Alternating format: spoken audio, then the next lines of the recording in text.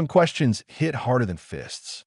When Jessamine Collier leaned down and asked him if he'd never been kissed, her hand already touching the side of his face, Kalen Reed felt every defense he'd spent 28 years building began to crack. The evening light painted everything gold around them, and for the first time in his life, being small didn't feel like the end of the world. It felt like the beginning of something he didn't have words for yet. What neither of them knew was that by the time darkness came, everything about who they thought they were would be different. The cabin appeared through the heat shimmer like something out of fever dream. Callan had been walking since dawn, his boots kicking up dust that settled back down. The moment he passed, the property looked half abandoned. Weathered wood, sagging fence posts, a water pump that probably hadn't worked in months. But there was smoke from the chimney. Someone lived here. He'd learned not to expect much. The last 3 places had turned him away before he could finish asking for work. One man had laughed outright. Another had just stared at him like he was a child playing dress-up in his father's clothes. The third hadn't said anything at all, just closed the door. The green lantern in his hand caught the light. His father's, the only thing he'd kept when he left home. He'd been carrying it for 7 years now, though. It had been empty of oil for the last 3. When he reached the porch steps, he stopped. The door was open, not wide, just enough to let air through. He could hear someone moving inside, the scrape of something heavy being dragged across floorboards. He raised his hand to knock. Before his knuckles touched wood, a voice came from inside. If you're here to rob me, you should know I don't keep anything worth stealing. A woman's voice, low, steady, not afraid. Callan lowered his hand. I'm looking for work. Saw the fence line from the ridge. Thought you might need help with repairs. Silence, then footsteps, heavy ones. She filled the doorway when she appeared, and Kalen's first thought was that he'd made a mistake. His second thought was that there was no way to leave now without looking like a coward. Jessamine Collier stood at least a head and a half taller than most men he'd known. She wore a fringed leather top that left her midriff bare, pants that sat low on her hips, and boots that had seen more miles than most horses. Her blonde hair was pulled back in a thick braid that hung past her shoulders, and her eyes were the color of winter sky. She looked down at him, not the way most people did, with that particular mixture of pity and dismissal he'd learned to recognize by the time he was 12. She looked at him the way someone might look at a puzzle they hadn't expected to find interesting. You know how to mend fence? She asked. Yes, you know how to keep your mouth shut and your hands to yourself. Yes, she studied him for another long moment. Her gaze dropped to the lantern in his hand, then back to his face. Something shifted in her expression, softened maybe, though it was hard to tell. Name, Callan Reed. Jessa, she said. She didn't offer her last name. Work starts at first light. You can sleep in the shed out back. There's a cot and a blanket. Water pumps on the east side, though you'll have to prime it.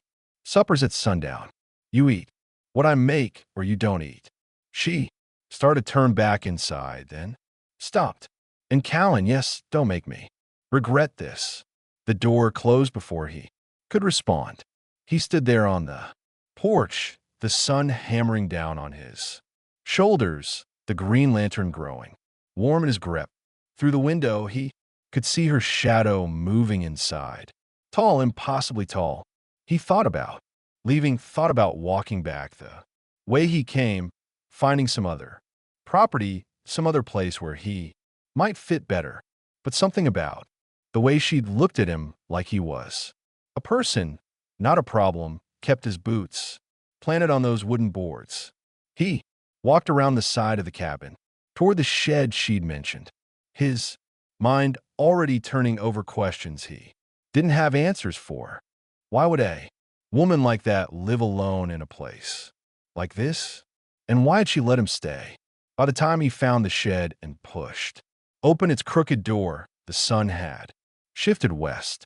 Inside was exactly what she'd promised: a cot, a thin blanket, and nothing else. He set the lantern down on the dirt floor and sat on the edge of the cot, feeling the day's walk settle into his bones. Through the shed's single window, he could see the main cabin, and through its window, he could see her moving around inside. Her silhouette unmistakable, even in shadow. Something tightened in his chest. Not fear exactly, something closer to anticipation. He didn't know it yet, but that feeling would only grow stronger as the day wore on. And by the time she asked him that question, the one that would strip away every last wall he'd built, he wouldn't be able to run even if he wanted to. The first light came through the shed window like a blade. Kalen woke to the sound of Jess's boots on gravel, already moving, already working. He pulled on his shirt and stepped outside to find her hauling a load of fence posts toward the eastern property line. She didn't look at him when he approached, just kept walking. The posts balanced on one shoulder like they weighed nothing. Tools are in the barn, she said. Grab the wire cutters and the hammer. We're starting with the north section. He found the tools where she'd said. The barn was cleaner than he'd expected. Organized, maintained. Not the kind of place someone let fall apart. When he came back out, she was already 50 yards ahead, setting the first post into the ground. They worked in silence of the first hour. The sun climbed fast, turning the air thick and heavy. Callan stripped down to his undershirt, sweat already soaking through the fabric. Jessa worked in the same fringed leather she'd worn yesterday, seemingly unbothered by the heat.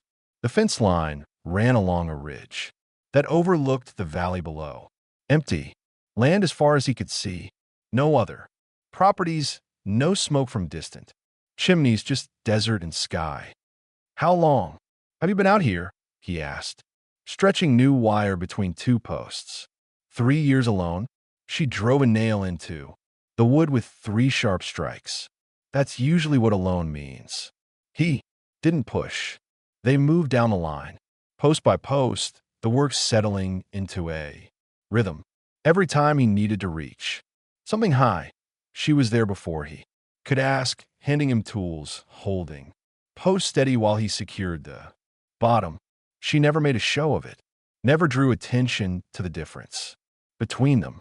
It was just practical, but he felt it every time her shadow fell over him, every time she leaned down to check his work and he caught the smell of sage and leather. Around midday, she stopped and pulled a canteen from her belt, took a long drink, then held it out to him. Their fingers brushed when he took it. She didn't pull away. You're better at this than I expected, she said. You expected me to be bad at it? I expected you to quit by now. She turned back to the fence, testing a pose for stability. Most men don't like working.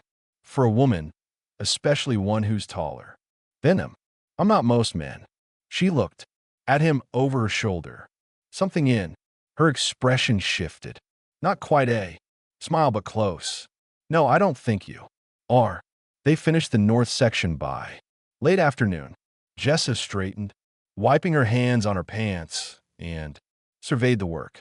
The fence line ran straight and true, every post secure. You eat meat? She asked. When I can.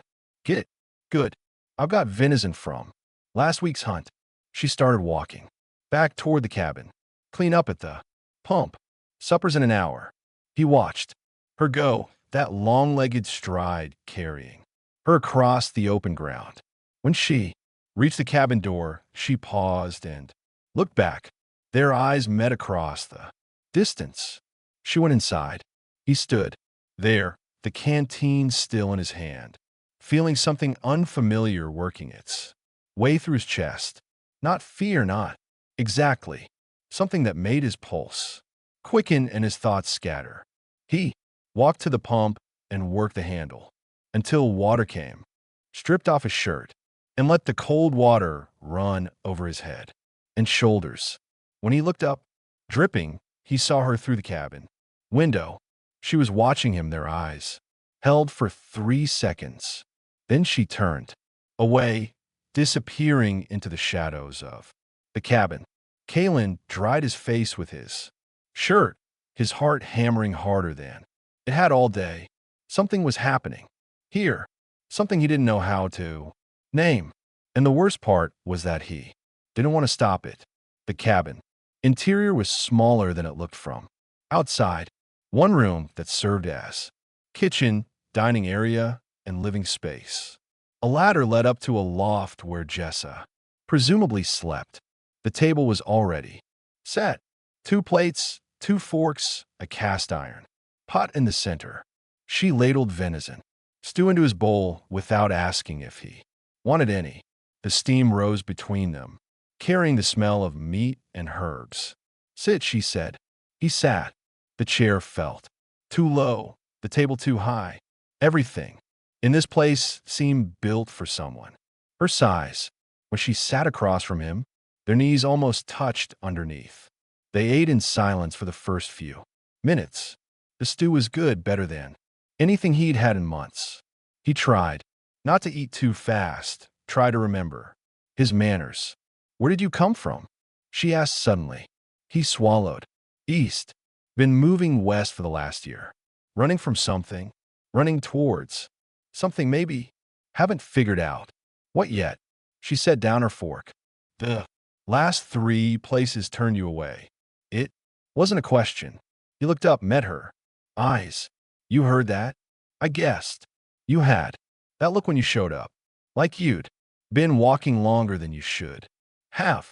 Like you expected me to turn you away too. Why didn't you? She was quiet. For a long moment, her gaze steady on his face. Because I know what it's like. Being something people don't know what to do with. The honesty in her voice caught him off guard. He set down his own fork, his appetite suddenly gone. How long have you been out here, really? 3 years. Like I said before, that I was in a settlement 50 miles north. Tried to make it work. Her jaw tightened. Men either wanted to prove they could handle me or they were scared of me. Women treated me like I was a curiosity. Children stared. I got tired of it. So, you left. So I left. She picked up her fork again, pushed the stew around her plate. Built this place myself. Learned to hunt. Learned to fix things. Learned that alone is better than being surrounded by people who make you feel alone. Anyway, Kalen understood that better than he could put into words. He'd spent his whole life in rooms full of people feeling invisible. Being small meant being overlooked, dismissed, forgotten, until you started to believe that was all you were worth. I've never. He started, then stopped. The words stuck in his throat. Jessa leaned forward slightly. Never. What? He shook his head. Nothing. Doesn't matter. Callan. His name in her mouth sounded different, softer. Out here, there's no one to impress, no one to judge. It's just us. You can say whatever you need to say. His hands were shaking. He pressed them flat against the table too. Hide it. I've never fit anywhere. Not once in my life. People look at me and they see something broken, something incomplete, like I'm not finished yet. She reached across the table. Her hand covered both of his, her fingers warm and steady. I don't see that. What do you see? She didn't answer right away. Her thumb traced a small circle on the back of his hand, the touch so light he might have imagined it. When she finally spoke, her voice was barely above a whisper. I see someone who's been hurt, someone who learned to protect himself by staying small in more ways than one. She paused. I see someone who doesn't know what to do when someone actually looks at him. His throat felt tight. He couldn't pull his gaze away from hers. Jessa Finish your supper, she said, quietly, withdrawing her hand. You'll need your strength tomorrow. We're fixing the roof. She stood and carried her plate to the wash basin, leaving him sitting there with his heart beating so hard he thought she must be able to hear it from across the room. The roof was worse than it looked from the ground. Half the shingles were cracked or missing, and the beams underneath showed signs of water damage. Jessa climbed the ladder first, moving with a kind of confidence that came from doing this alone for years. Callan followed, the worn wood creaking under his weight. When he reached the top, she was already on her knees, prying up damaged shingles with a flat bar. "Hand me the hammer," she said. He passed it to her, settling into position beside her. Up here, the desert stretched endlessly in all directions. No trees, no shelter, just open sky and brutal sun. They worked side by side, their shoulders almost touching. Every time she leaned forward to nail down a new shingle, her braid swung close to his face. He could smell the sage soap she used mixed with sweat and dust. "You're quiet this morning," she said after a while. Thinking about. He pulled another damaged shingle free, tossed it to the ground below. "About what you said last night. About people not knowing what to do with you." She stopped working, turned to look at him. "What about it? I spent my whole life thinking I was the problem. That if I could be different, taller, stronger, more like everyone else, then maybe I'd matter." He drove a nail into wood harder than necessary. "But you chose this. You chose to leave. I never had the courage to do that. You're here now because I had nowhere else to go, or because you finally gave yourself permission to stop trying to fit into spaces that were never meant for you." She set down her hammer, shifted to face him fully. There's a difference between running away and walking towards something better. The sun beat down on his back, making him dizzy. Or maybe it was the way she was looking at him, like she could see straight through every defense he'd ever built. "Why did you let me stay?" he asked. "Really?" She was quiet for a long moment, her eyes searching his face. "Because when you knocked on my door, you didn't look at me like I was too much. You looked at me like I was just a person. And that's rare. You're just a person. To you, maybe. To most people, I'm either a threat or a fantasy. Something to be conquered or something to be afraid of." She picked up another shingle, turned it over in her hands. "Men come out here. Sometimes they hear about the tall woman living alone, and they think they know what that means. They think I'm desperate or broken or just waiting for someone to put me in my place." Anger flared hot in his chest. "What do you do when they come?" "I send them away." She met his eyes, usually before they even get off their horses. "I can tell by the way they look at me, like I'm not real, like I'm something they made up in their heads.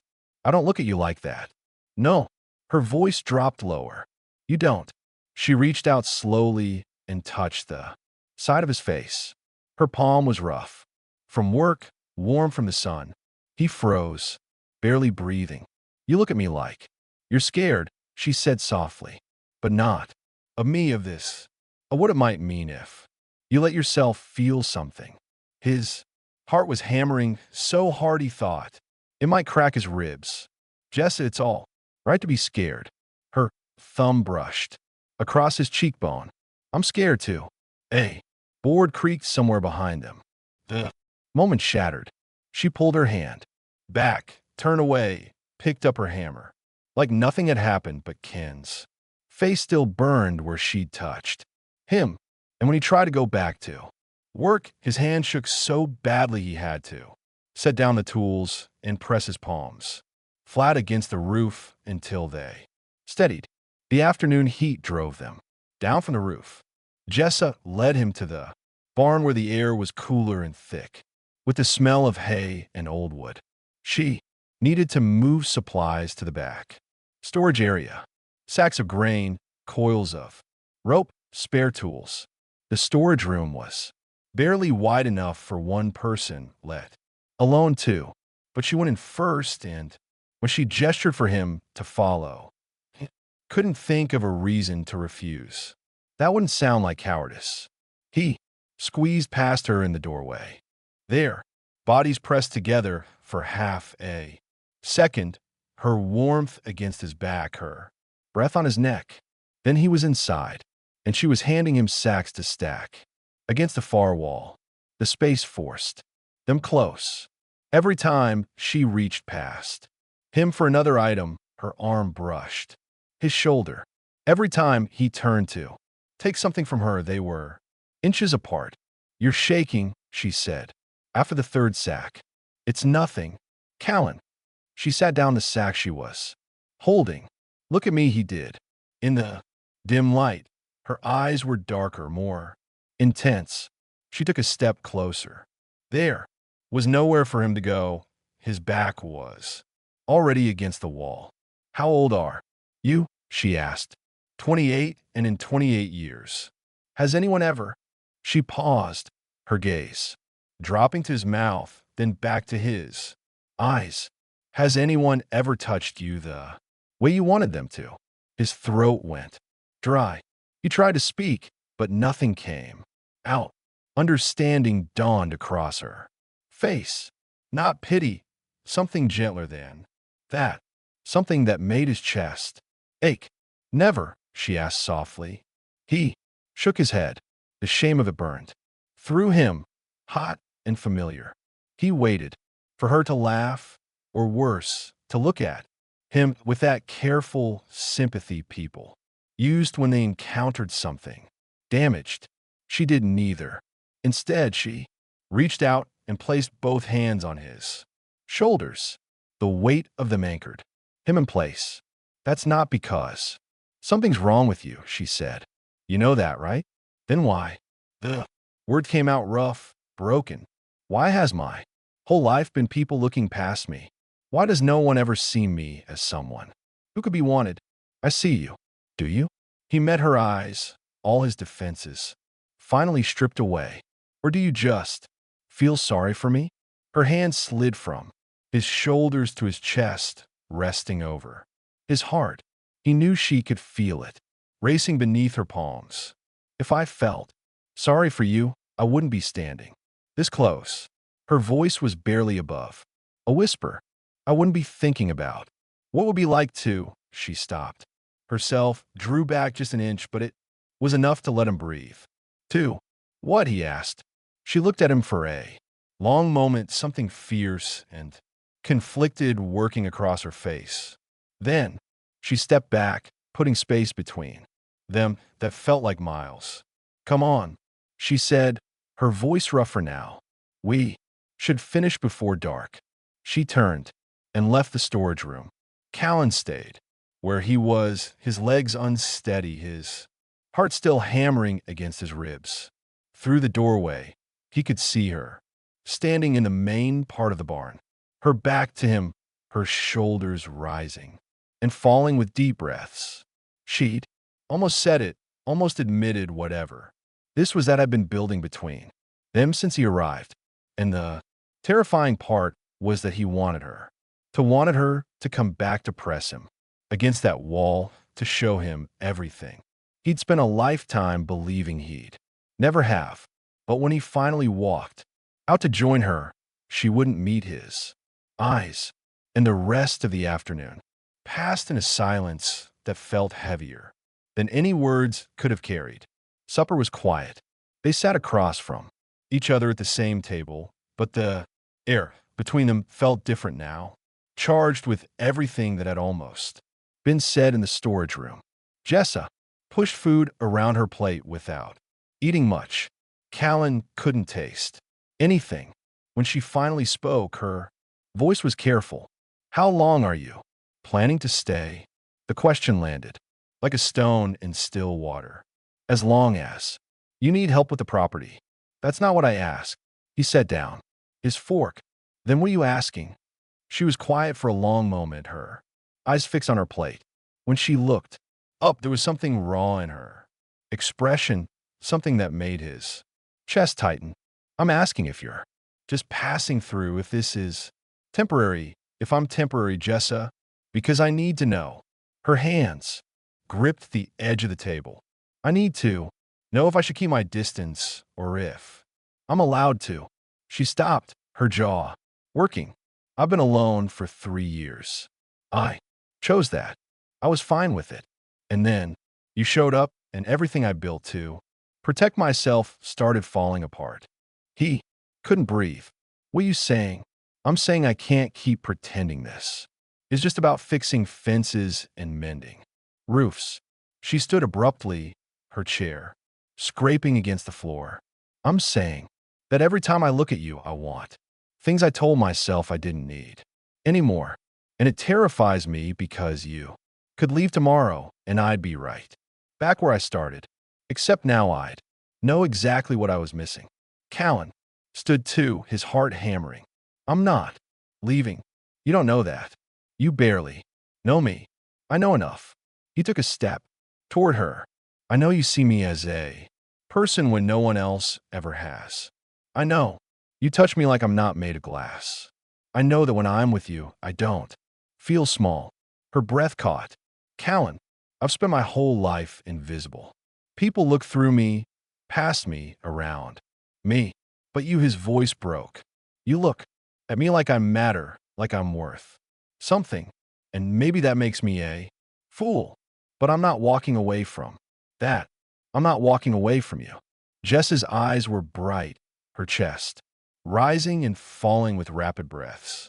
She crossed the small space between them in 2 strides, and suddenly she was right there, towering over him, her presence filling every inch of air. Do you have any idea what you're doing to me? She asked, her voice rough. No, haven't let anyone close in 3 years. I haven't let anyone touch me. Haven't let anyone see me as anything other than what I show them. And then you walk onto my property with that broken look in your eyes. And she pressed a hand to her chest like she could hold herself together through sheer force. I want to keep you. I want to wake up tomorrow and find you still here. I want to touch you the way no one ever has. And I want you to know what it feels like to be wanted. The words hit him like a physical blow. His vision blurred at the edges. Then, do it, he said. She stared at him, something fierce and desperate working across her face. Then she reached out and cooped the side of his face with her palm, the same way she had on the roof. But this time she didn't pull away. Come with me, she whispered. She took his hand and led him out of the cabin, into the cooling evening air. The sun was setting, painting the desert in shades of gold and red. She led him to the front porch where the setting sun turned everything amber. They stood, facing each other, her hand still, holding his. The desert stretched out before them, endless and empty, and Ken felt like they were the only two people left in the world. Jessa stepped closer, then closer still. She was so tall that, even standing on the porch with him, she had to look down to meet his eyes. But she didn't make him feel small. She made him feel seen. I need to ask you something, she said quietly. And I need you to tell me the truth. His throat was tight. All right. She reached up and traced her fingers along his jaw. The touch feather light. Has anyone ever held you? Really held you? The way people hold someone they care about? He shook his head. Has anyone ever told you that you're beautiful? No. Her thumb brushed across his lower lip. The sensation shot through him like lightning. Has anyone ever kissed you? The question hung in the air between them. He wanted to lie, wanted to pretend he wasn't as inexperienced and broken as he felt, but her eyes wouldn't let him hide. No, he whispered. Something shifted in her expression. Not pity, but a kind of tender devastation. She cupped both sides of his face with her hands, tilting his head back, so he had to look up at her. "You've never been kissed?" she asked, her voice barely audible. "Never," she studied his face for a long moment, her thumbs tracing small circles on his cheekbones. He could feel himself trembling under her touch, could feel every defense he'd ever built crumbling into dust. "I can't believe that," she said softly. "I can't believe that no one has ever looked at you and wanted this. Wanted you. Jessa, you're shaking." "I no." She leaned down slowly, giving him time to pull away if he wanted to. But he didn't move. Couldn't move. His entire world had narrowed to this moment, to the feeling of her hands on his face, her breath on his skin, the way she was looking at him like he was something precious. "Do you want me to stop?" she asked. "No." Her mouth was an inch from his. "Are you sure? Please." The word came out broken. "Please don't. Stop." She closed the distance. Her lips touched his soft, careful, heartbreakingly gentle. It lasted maybe 3 seconds. When she pulled back, his eyes were wet. "Was that all right?" she asked. He couldn't speak, could only nod. She kissed him again, deeper this time. Her hands slid from his face to his shoulders, holding him steady as his knees threatened to give out. He didn't know what to do with his own hands, where to put them, how to move, but she didn't seem to mind. She just kept kissing him, slow and patient, like she had all the time in the world. When she finally pulled away, he was breathless. She rested her forehead against his, her hand still on his shoulders. "How was that?" she whispered. "I don't." His voice broke. "I don't have words for what that was." She smiled, and it was the most beautiful thing he'd ever seen. Then she wrapped her arms around him and pulled him close, his face pressed against her chest, her chin resting on top of his head. He could hear her heart beating fast, could feel the rise and fall of her breathing. "Stay," she said into his hair. "Stay with me. Not just tonight. Stay." His arms came up around her waist, holding her as tightly as he could. "Yes. Promise me." "I promise." They stood there as the sun disappeared behind the mountains, wrapped in each other, neither of them willing to let go. The first morning light found them on the porch again. Kalen had woken before dawn, in the shed like always. But this time, when he stepped outside, Jessa was already waiting. She handed him coffee, without a word, and they sat together, watching the sun climb over the eastern ridge. "I meant what I said," she said, after a while, about staying. "So did I." She turned to look at him, her expression serious. "It won't be easy. This land is hard. The work is endless. And I'm not." She paused, searching for words. "I'm not easy either. I'm used to doing everything myself. Used to not needing anyone." "Good." He met her eyes. "Because I'm used to being alone too.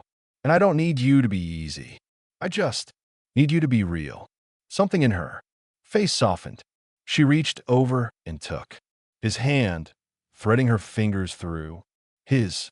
They sat like that as the sun rose, their hands clasped between them. And for the first time in his life, Ken felt like he'd found a place where he belonged. The days that followed fell into a rhythm. They worked the property together, finishing the roof, mending more fence, clearing brush from around the well. But now, when they worked side by side, there was no hesitation in the way she touched him, a hand on his shoulder when she passed, her fingers brushing his when she handed him tools. Small touches that said what words couldn't. At night, they sat on the porch and talked. She told him about the settlement she'd left, about the years of being treated like something other than human. He told her about the towns that had turned him away, about the weight of being invisible. They shared their scars the way other people shared meals, carefully at first, then with increasing trust. 2 weeks after that, First kiss, Callan moved his belongings from the shed into the cabin. Jessa cleared space for him in the loft. And when he climbed up that first night, she was already there waiting. They lay together in the darkness, her arm around him, his head on her shoulder, and neither of them spoke. They didn't need to. A month later, a rider appeared on the horizon. Callan saw him first, that old familiar fear rising in his chest. But Jessa just stood beside him, her hand finding his. Together, she asked. Together. The rider turned out to be a rancher from 20 miles south, looking for hired help. He took one look at Jessa and Ken standing side by side on the porch and seemed to understand immediately that neither of them was available. After he left, Ken turned to Jessa. Does that happen often? Sometimes. Used to bother me. Now, she looked down at him, and there was something fierce and protective in her eyes. Now I've got someone worth protecting this place for. I'm not going anywhere, he said. I know. She pulled him close, kissed the top of his head. Neither am I. 3 months after Ken first walked onto her property, they stood together at sunset, watching the desert turn gold. His Green Lantern sat on the porch rail beside them, filled with oil now, ready to light their way. When darkness came, happy, she asked. He looked up at her. This woman who had seen him when no one else had. This woman who had kissed him like he was worth kissing. This woman who had given him a home. Yes, he said, for the first time in my life. Yes. She smiled and pulled him into her arms. And as the sun disappeared behind the mountains, they stood together. No longer alone, no longer searching, just two people who had found exactly what they'd been missing in each other. If you enjoyed this story, click the video on your screen now to watch another unforgettable tale from the frontier, where courage and connection change everything.